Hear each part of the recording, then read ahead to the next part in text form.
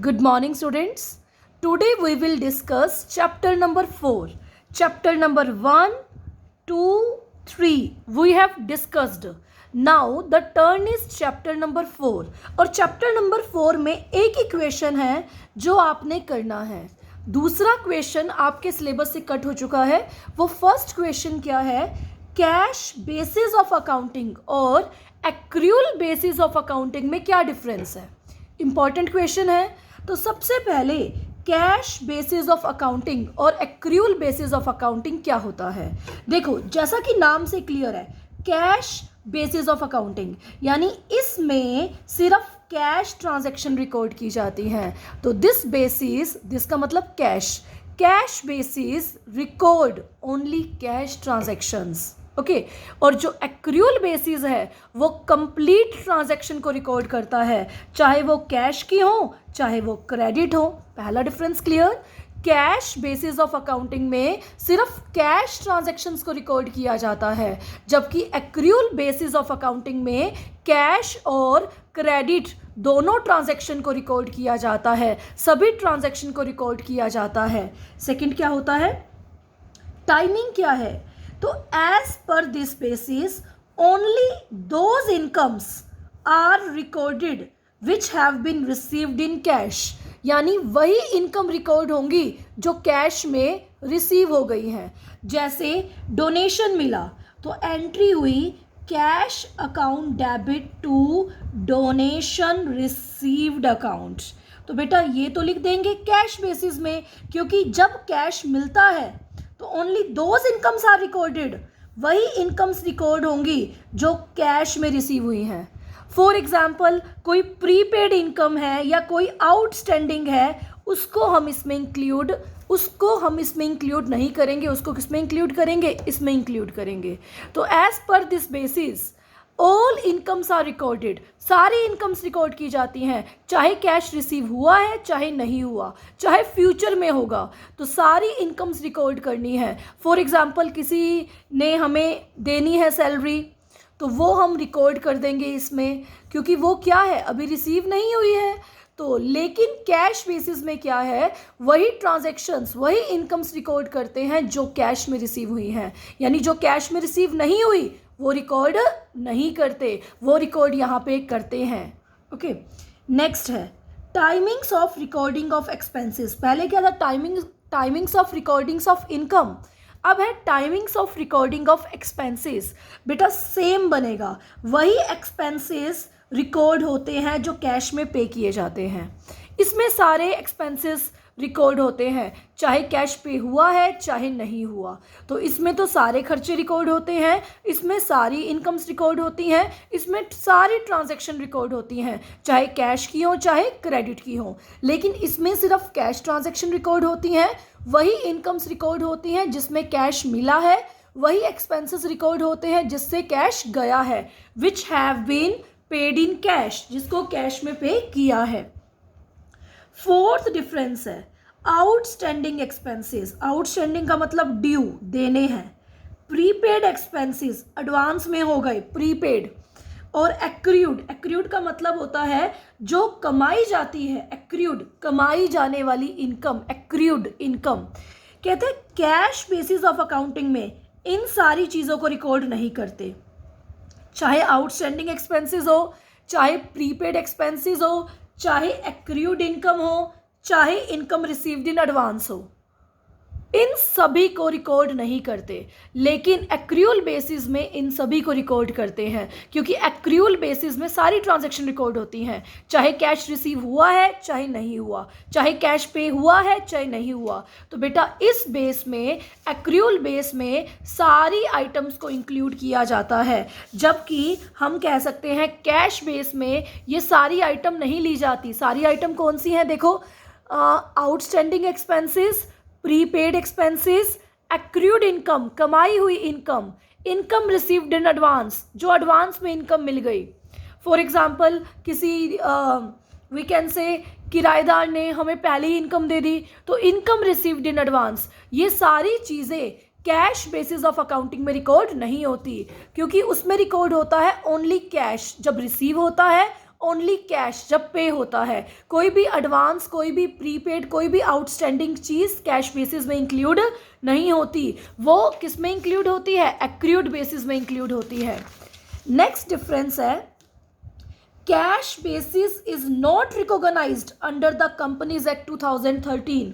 ये जो cash basis है इसको कंपनीज एक्ट 2013, सबसे इंपॉर्टेंट एक्ट होता है कंपनीज का, तो ये जो बेस है ये कंपनीज एक्ट 2013 रिकॉग्नाइज नहीं करता। कहता नहीं है कि ये अप्रूव करो, ये अप्लाई करो। अब बिजनेस में क्या कैश बेसिस यूज होता है? नो, एक्रूअल बेसिस यूज होता है।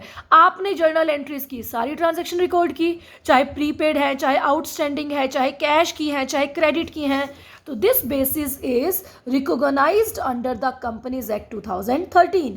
ये जो एक्रूअल बेसिस है इसे रिकॉग्नाइज किया जाता है कंपनीज एक्ट 2013 में, जबकि कैश बेसिस को रिकॉग्नाइज नहीं किया जाता कंपनीज एक्ट 2013 में। उसके बाद अब ये जो बेसिस है ये करेक्ट प्रॉफिट और लॉस नहीं बताता।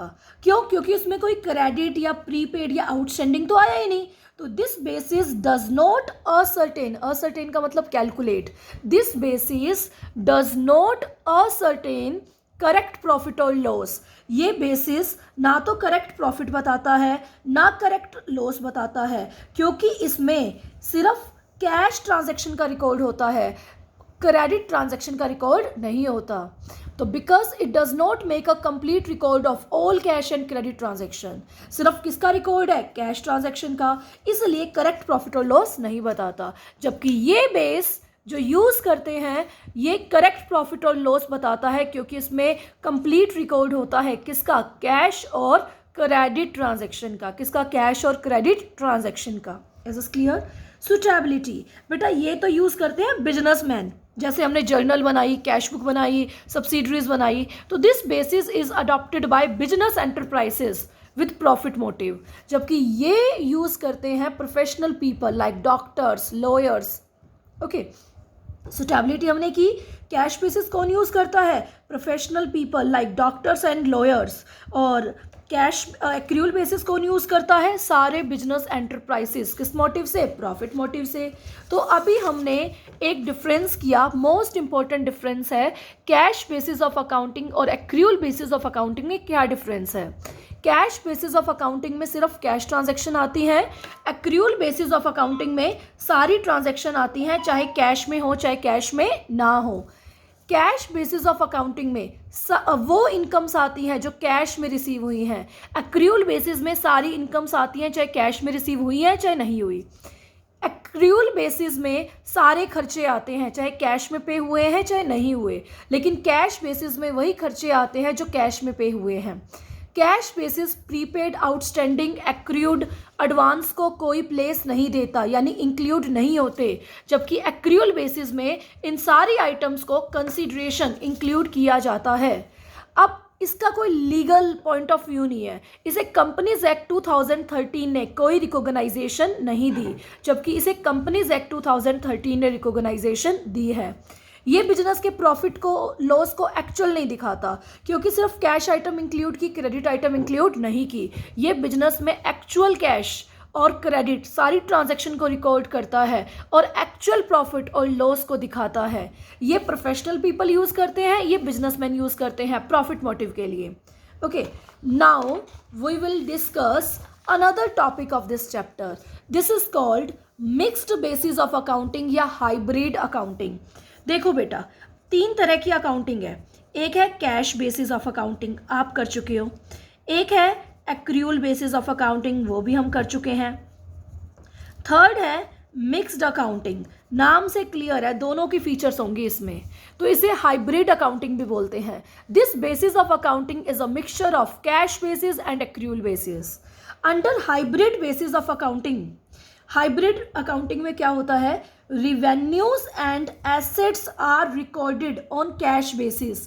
कहता है जितनी भी इनकम्स हैं या जितनी भी एसेट्स हैं उसको तो कैश के बेस पे रिकॉर्ड करते हैं, जबकि जो खर्चे हैं, लाइबिलिटीज़ हैं, वो एक्रूअल बेसिस पे नोट होती हैं। ध्यान से समझने वाली बात है, एक अलग टाइप की अकाउंटिंग है, हम लोग यूज़ नहीं करते इसे। मिक्स्ड बेसिस ऑफ अकाउंटिंग है, दोनों की फीचर्स हैं। कहते हैं जो रिवेन्यू है और एसेट, यानी रिवेन्यू का मतलब जो इनकम है और जो एसेट है वो तो कैश बेसिस पे रिकॉर्ड करते हैं, यानी जब कैश रिसीव होता है तब रिकॉर्ड करते हैं।